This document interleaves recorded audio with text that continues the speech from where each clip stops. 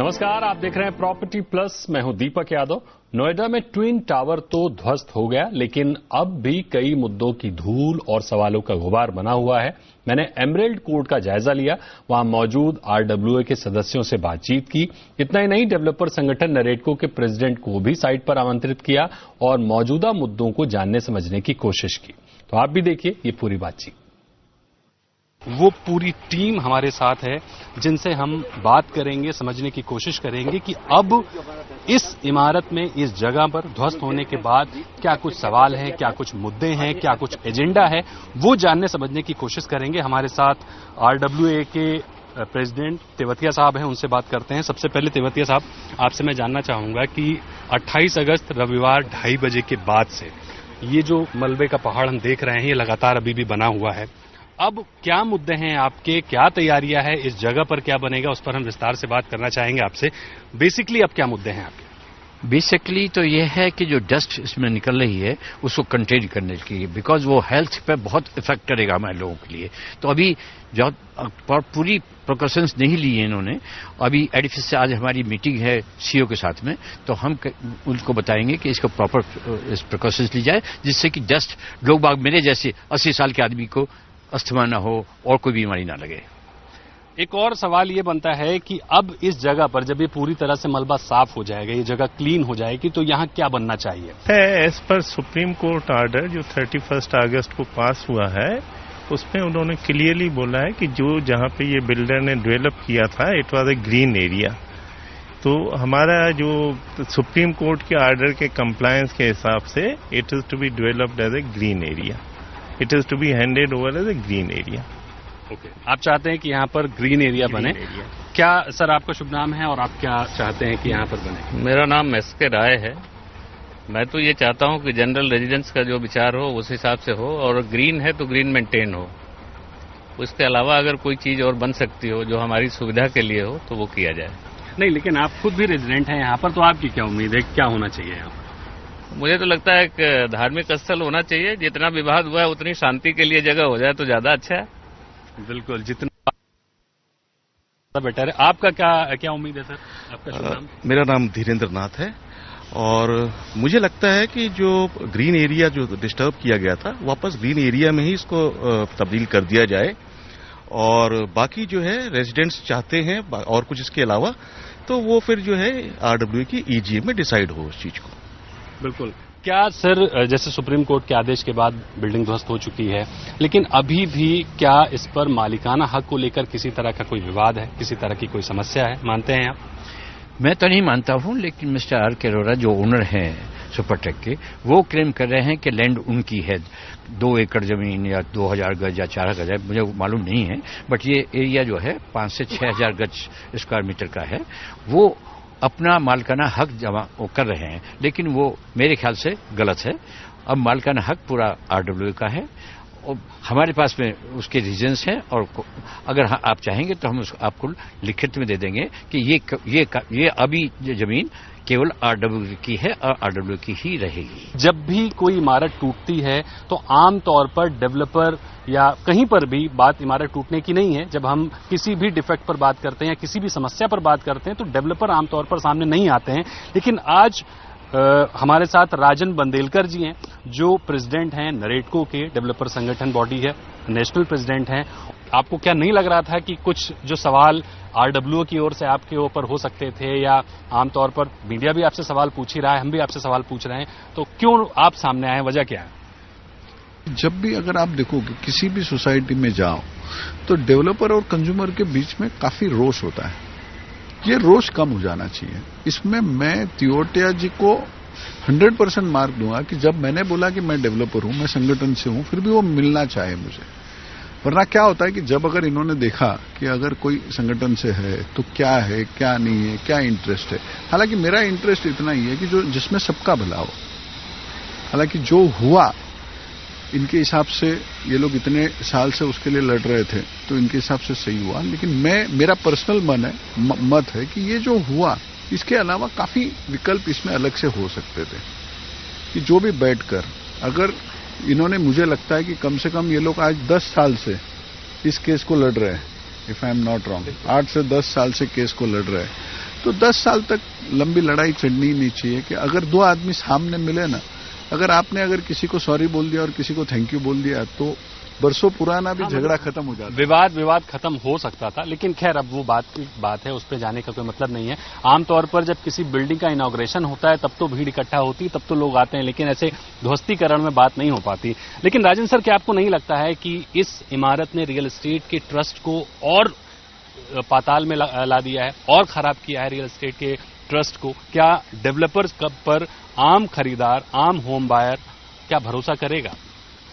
मैं ये चीज नहीं मानता हूं, क्योंकि जैसे बोलते हैं कि हर कॉइन के 2 पहलू होते हैं, तो आप एक पहलू को देख रहे हो, मैं दूसरे पहलू को ये देख रहा हूं कि आज ये जो परिस्थिति इसलिए आई इनके ऊपर, जितने भी रेसिडेंट है, क्योंकि रेरा नहीं था।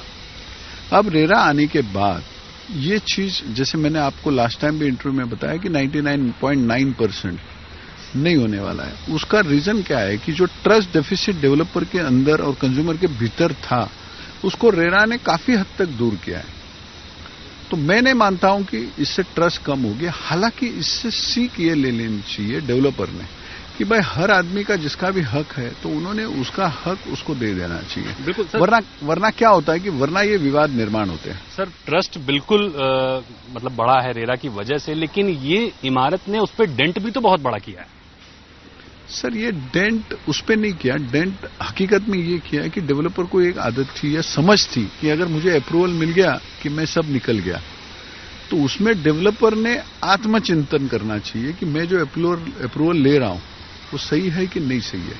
वरना क्या होता है कि काफी टाइम अपने को अप्रूवल मिल जाते हैं, जैसे कि अपने को लगता है कि आज अप्रूवल ले लिया तो अपन शांति में बैठे हुए हैं। हालांकि ये बिल्डिंग अगर आपने देखा हुआ तो जैसे सो कॉल्ड अप्रूवल मार्केट और जी हर टाइम कहे हुए, और शायद नोएडा अथॉरिटी ने भी किया हुआ है कि उन्होंने सारे परमिशंस वगैरह दिए थे, उसके बावजूद बिल्डिंग ढह गई। बिल्कुल ये नोएडा अथॉरिटी का आपने जिक्र किया है, तो उनका भी बहुत बड़ा रोल है। उत्तर प्रदेश सरकार ने 26 नाम आगे किए हैं जो इस गतिविधि में लिप्त पाए गए हैं। उन अधिकारियों पर भी कार्रवाई होनी चाहिए और सरकार कर भी रही है। तेवतिया साहब, डेवलपर को तो सजा मिली, लेकिन नोएडा अथॉरिटी के उन लोगों का क्या जो इस पूरे मामले में लिप्त थे, जिनकी आंखों के सामने ये बिल्डिंग लगातार बनती रही, उन्होंने अपनी आंखें बंद कर ली और भ्रष्टाचार की ये जो पूरी इमारत है, जिसको संज्ञा दे दी गई भ्रष्टाचार की इमारत, वो बनती रही? एक्चुअली मैं वही कहता रहा हूं कि अगर 2 अप्रूवल लेने के बाद में भी 2010-11 में हम लगातार संपर्क करते रहे, सीओ से नीचे लोगों से मिलते रहे और हमने बोला कि ये वॉयलेशंस के खिलाफ बन रही है, इस पे रोक दिया जाए। लेकिन रोकने के बजाय द बिल्डर और नोएडा अथॉरिटी ने मिलकर के इसको रात दिन से बना करके और 1.5 साल के अंदर इसको 32 स्टोरी कर दिया है। ये स्टोरी 40 बननी थी। 2010 में 11 में बोल रहे हैं कि ये वॉयलेशंस के खिलाफ है। 2012 में एक सैंक्शन दी जा रही है उसको 24 स्टोरी से 40 स्टोरी करने के लिए। एक बार नहीं, हम प्रूफ दे रहे हैं कि ये बिल्कुल वॉयलेशंस के खिलाफ है। उसके बाद में भी क्यों कि उन दोनों में इतनी गांठ थी कि जो हम तोड़ नहीं पाए। कोशिश करने के बाद में भी हमने स्टेट गवर्नमेंट्स को लिखा, हमने चीफ फायर ऑफिसर को लिखा, चीफ फायर ऑफिसर ने कहा कि ये गलत बन रही है, लेकिन उसको नोएडा अथॉरिटी ने दरअंदाज किया। और न ही नेचुरली बिल्डर तो उनका तो पैसे लेने का है, मेन पैसा तो बिल्डर से बनता है और ऑफ कोर्स अथॉरिटी के पास में जो भी होगा वो अलग है। तो उन्होंने हमारी नहीं सुनी। वरना आज ये हालत ना बिल्डर को देखनी होती, ना हमको देखनी होती, ना किसी और लोगों को। जितनी परेशानी यहाँ पर रहने हो रही है वो नहीं होती अगर ये 2011-12 में रोक दी जाती। सर, लेकिन जो नोएडा अथॉरिटी के अधिकारी हैं उनका नाम जरूर सामने आ गया। अब उस पर सरकार कितनी कड़ा एक्शन लेगी, कितनी सख्त कार्रवाई करती है, वो सरकार की बात है, लेकिन इसकी पैरवी कौन करेगा? पैरवी तो गवर्नमेंट को और नोएडा अथॉरिटी को ही करनी है। हाँ, अगर वो कोई हमसे हेल्प मांगते हैं, हमारा स्टेटमेंट लेना चाहते हैं, हालांकि डॉक्यूमेंट सब कुछ उनके पास में है, लेकिन कुछ डॉक्यूमेंट्स हमने उनसे लिए हैं जो शायद वो ना दिखाना चाहें, तो वो डॉक्यूमेंट से हम प्रोड्यूस कर देंगे, जिससे पूरा पता लग जाएगा कि सब मिली भगत थी। और क्या क्या मुद्दे रहेंगे आज आपका अथॉरिटी के साथ? अथॉरिटी के साथ में एक तो यही मुद्दा होगा। दूसरा ऑफ कोर्स वो तो सेपरेट होगा कि जो लैंड जो है, जैसे अरोड़ा जी बोलते हैं कि लैंड पे उनका क्लेम है, तो हम उनको पॉइंट्स देने वाले हैं कि इनका कोई क्लेम नहीं है। इसको ठीक तरह से फिर दोबारा गलती ना करें, कहीं उनको देने के लिए वो ये लैंड हमको दिया जाए। बिल्कुल। एक और सवाल राजन सर आपसे बनता है, वो ये कि ठीक है सुपरटेक का ये मामला तो हो गया, लेकिन क्या इसके बाद पूरे देश में अवैध इमारतें बनना बंद हो जाएंगी? क्या इसके बाद जो पूरे देश में गलत इमारतें बन रही हैं उन पर कैसे लगाम लगे? वहां भी कहीं ना कहीं जिम्मेदारी आपकी आ जाती है। अगर हम एनसीआर में देखें तो ऐसी एक नहीं 1000 इमारतें निकल आएंगी जिनमें जरूर अप्रूवल है उनके पास, लेकिन वो नियमों पे खरी नहीं उतरती हैं। तो उनको रोकने के लिए आगे समस्याएं ना हो, उसके लिए नरेटको क्या करने वाली है? सर, इसमें नरेटको से ज्यादा मैं तो चाहता हूं कि ग्राहक ने करना चाहिए। ग्राहक ने, अब रेरा आया है तो रेरा के अंदर जो रजिस्टर्ड नहीं है, आज सोशल मीडिया है और ग्राहक पहले से बहुत ही सतर्क हो गया, तो उसने अगर छानबीन करे, अच्छे डेवलपर के पास ही ले और सारे अप्रूवल्स है वहां पर ले। और आज अगर आप देखो तो जितने भी अफोर्डेबल सेगमेंट में अगर जो भी मकान लेता है ना, वो होम लोन लेता है, तो होम लोन में बैंक भी ये सारे कागजात पहले ही देखती है लोन देने के पहले। तो अगर ग्राहक ये सब देखकर, जहां उसको लगता है कि थोड़ी भी डाउटफुल है या इलीगल है या अवैध है, वहां पर नहीं मकान ले तो ऑटोमेटिक बनना ही बंद हो जाएगा। बात ठीक है सर, लेकिन आम तौर पर हम देखते हैं सर कि बैंक कागज तो पूरे देखती है, होम बायर के पूरे कागज लेती है, बिल्डिंग के पूरे कागज लेती है, लेकिन अगर कोई प्रॉब्लम आती है तो वो पूरा थोप दिया जाता है होम बायर के ऊपर। फिर बैंक जिम्मेदारी नहीं लेती, अथॉरिटी जिम्मेदारी नहीं लेती, कोई जिम्मेदारी नहीं लेता। ये एक समस्या हमेशा देखने को मिलती है। आज भी एनसीआर में लाखों लोग फंसे हुए हैं जो ना अपने घर में रह पा रहे हैं, लेकिन वो ईएमआई लगातार भर रहे हैं, किराया भी दे रहे हैं और बिल्डिंग भी उनकी फंसी हुई है। सर, ये जो आप जितने भी प्रॉब्लम बोल रहे हैं ना, वो प्री रेरा है। अभी देखो कोविड आया, कोविड के पहले किसी ने सोचा था क्या कोविड आने वाला है? पिछली जो चीज है उसको तो ना मैं सुधार सकता हूं ना आप उधर सुधार सकते हैं। हाँ, हालांकि इससे सबक ये लेंगे कि आइंदा, जैसे मैंने बोला कि हमको जो अप्रूवल मिल रहा है हमने भी सोच समझ कर लेना चाहिए। सेम वे बायर ने 2 दफे 3 दफे चेक करके ही मकान खरीदना चाहिए। बिल्कुल सही बात है कि बायर को तो जिम्मेदारी बनती ही है, लेकिन सबसे ज्यादा जिम्मेदारी सरकारों को लेनी पड़ेगी, सबसे ज्यादा जिम्मेदारी बैंकों को लेनी पड़ेगी, सबसे ज्यादा जिम्मेदारी सरकारी एजेंसियों को लेनी पड़ेगी जो इमारत की मंजूरी देते हैं। और मंजूरी के बाद जब होम बायर फंसता है तो वो कोर्ट के, कचहरियों के दरवाजे खटखटाता है और उसके बाद नतीजा आपको कुछ इस तरह का नजर आता है।